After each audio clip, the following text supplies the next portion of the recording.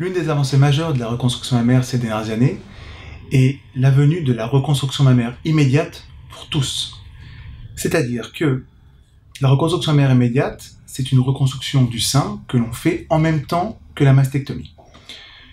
Jusqu'à encore quelques années, c'était quelque chose qui était encore exceptionnel, qui était réservé à certains cancers, qui était contre-indiqué si de la radiothérapie était prévue ou de la chimiothérapie après la chirurgie, et on demandait aux patients de se faire reconstruire quelques mois ou quelques années plus tard.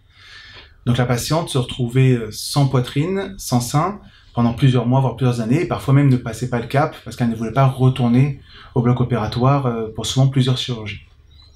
L'intérêt de la reconstruction mammaire immédiate, c'est bien sûr l'aspect psychologique. La patiente sort du bloc opératoire avec un sein. Et surtout, c'est le résultat esthétique. Il faut savoir que grâce à la reconstruction mammaire immédiate, on va conserver le maximum de peau et, dans la plupart des cas, l'aréole et mamelon.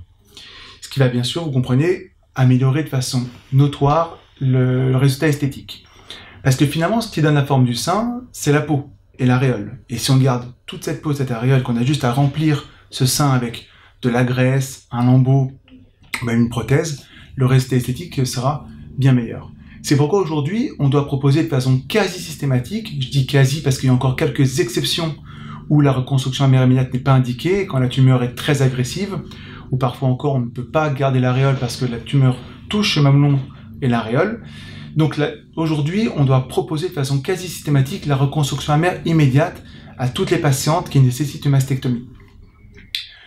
Nous, c'est quelque chose pour lequel on milite beaucoup à l'Institut du sein Hartmann et qu'on essaie de diffuser au maximum. Il faut savoir aussi que cette chirurgie, pour qu'elle soit faite dans les règles de l'art, est souvent faite à deux chirurgiens. On a d'un côté le chirurgien sénologue cancérologue qui va faire la mastectomie, et de l'autre côté, le chirurgien plasticien qui va faire la reconstruction.